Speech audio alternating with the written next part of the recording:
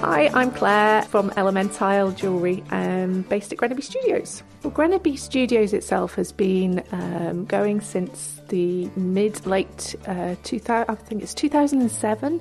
But it's over the last sort of 5 years, it's really sort of come to life a bit more as the studios have become fully filled with a number of different artists and makers. So it's just a thriving artist community that we all work together. It's great. And I'm really seeing that even just this morning with gathering everyone together here in your space, in the Elementile space, and everyone's sharing ideas about things and helping each other out with how to sort out, for instance, Graham's Sharpie problem, which everyone has some advice they can offer. So how many artists are sort of here in residence now? 7 of us, yeah. So we've got 7 and all different disciplines. So it's a really great group. And you actually create here and have shop fronts here? We do indeed. All the work is designed, created, and then sold from here as well. So yeah, there are full working studios. So tell us a little bit about what you've been doing this year with your work. So I'm Elemental, as I mentioned, so that's jewellery, and I've been designing a number of different collections this year. I kind of used lockdown and sort of the time during that time to design some completely new pieces, so that's kept me very busy, and we've sort of gone into more gold designs as well, and things have really taken off, and we've got as I say, a number of collections from elderflower, hawthorn, the new infinity collection, organic collection. Yeah, it's been very, very busy. And have you been able to, for instance, ship your work off island? Has that been quite useful in lockdown? Yeah, very much so, and a trend that's actually continued throughout the whole year, really, and especially going into another lockdown in the UK. I'm shipping worldwide and shipping for gifts for people direct. I think last week, randomly, we had sort of Switzerland, Brazil, Japan, America, Australia, UK. Yeah, it's going everywhere, so it's great. It's great. And it's wonderful because you, along with the other artists here as well, very much represent the Isle of Man with your work, because you mentioned elderflower there, you've got the fuchsias. You actually use parts of the island to make your work, don't you? Absolutely. All my designs actually have a connection back to the island. We like to tell the stories that go behind the different pieces. And a lot of it, the folklore and everything else that's attached to it, or just seeing it out in our natural environment, it has such great feeling to see it in silver and wear it. So yeah, no, it's great. Lovely. Well, we'll come back to you in a moment, Claire. Right, let's speak to artist number 2. What is your name and what is your business? Hi, I'm Rosie Wood, and the studio here I use mainly for printmaking, which is quite messy and inky, but I also do a lot of just drawing and do a lot of textile work as well, weaving and felting, so I tend to do that at home to keep the fluff away from the wet ink. Lovely. You've always got to keep the fluff away, haven't you? So what are some of the sort of themes and subject matter of your work? Again, it's largely Manx landscapes and the heritage of the Isle of Man. Again, a lot of it is subconscious, I think, as well. Very, very focused at the moment on rocks, looking at doing a project I'm calling Stones of Man. So I've been doing some small pebble paintings, which I continued at lockdown, because, again, I could do those in watercolour, etc. at home. And very excitedly this week, I've got a new range of greeting cards that are going to be launched this weekend, which are my little pebble paintings.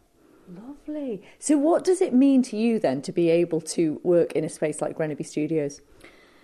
I think the main thing, apart from having a messy space that my husband doesn't complain about, it's the community. It's having artists together. It's being able to share, to bounce ideas off each other. And I was lucky to go to college to do my degree as a mature student, and when I left, I really missed that sort of having other creatives around you. Sometimes it's great to work on your own. You just want to get your head down and concentrate, but most of the time, it's so much better to have a group of people around you to just be creative with. I think, isn't it? I think we all tend to bounce ideas, or if we've got problems, we'll come together and help each other out. And you really feel that coming here. And of course, this weekend is one of those times in particular where you feel it, because it's just, this place is going to be full of people. I mean, I was here last year for Christmas. It was absolutely chocker. I'm going to speak to our next artist now. If you just introduce yourself and tell us what your business is. I'm Jo Lewis Ceramics, and I work from the gorgeous ancient little cottage on the site that dates back to 1700. I make pots all about the Isle of Man, which I completely love. So I'm inspired by everything I see on the island, and they all seem to end up in a pot in some way or another. I also have been doing quite a few life story pots this year, because the way I make my pots seem to be quite suitable for putting people's own stories on the pots. And it started off as the Isle of Man story, and then quickly became your Isle of Man family story, and then family story. So I've done quite a few of these, which I have loved doing. I feel very privileged to have been part of people's lives, really, and to put their lives on the pots. And it's just something I love doing. And this is something we've spoken to you about before, I think probably when we were at the pottery throwdown, about the fact that you moved over here and you've just sort of totally embraced this way of life, and also the creative elements of the Isle of Man. Absolutely, but I think it's a very easy thing to do because the island is just so beautiful.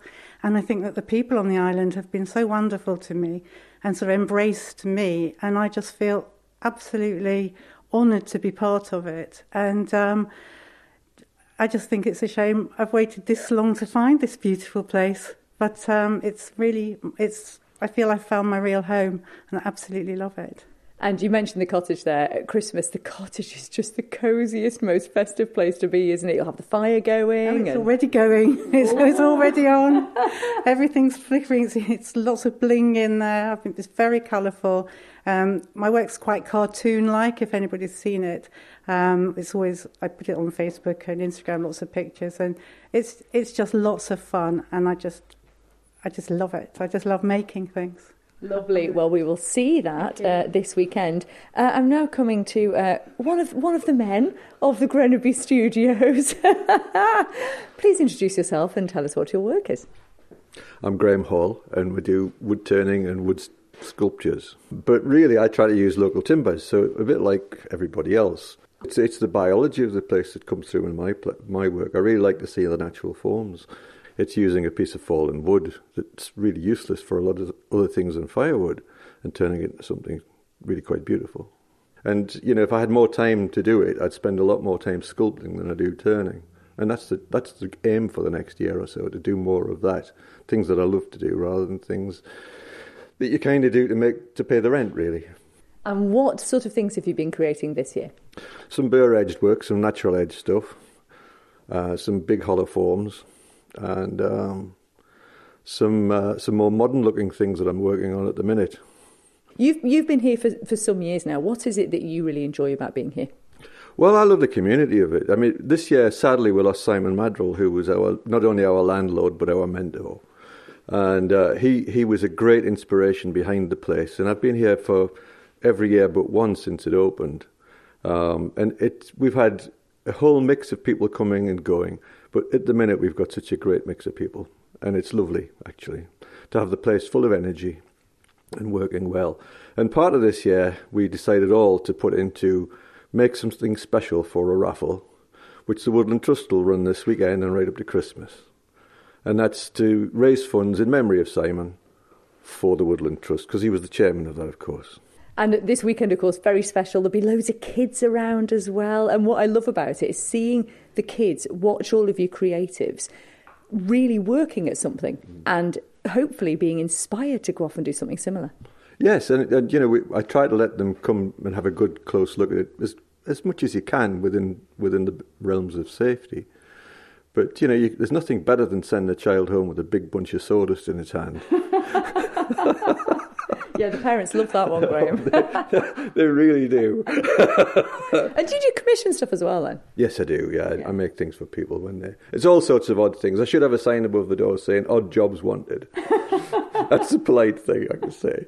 Oh, lovely. It will be a good space to go. Now, another gentleman has just walked in here. I'm just going to basically throw a microphone in your face. I'm sorry about that. Just introduce yourself for us and tell us what your work is. Graham Ryder. I'm a painter. I paint coastal scenes mostly. Lovely. When I send them sort of to the UK and the Algarve recently, which is interesting. And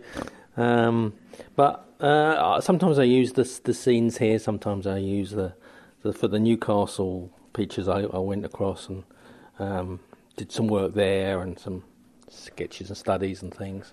Lovely. So yeah, it's but this is the base. This is where I work. So. And how long have you been part of the Grenaby Collective? 4 and a bit years, I think. Mm-hmm. Yeah, just over 4 years, which has been nice. Somebody showed me how to do Instagram a few years ago, and that's been a real boost. Yeah, so it's been good. I like it here. Yeah. And that's the thing, isn't it? Because there's something about this environment and this area that just, I would imagine, is quite conducive to being creative.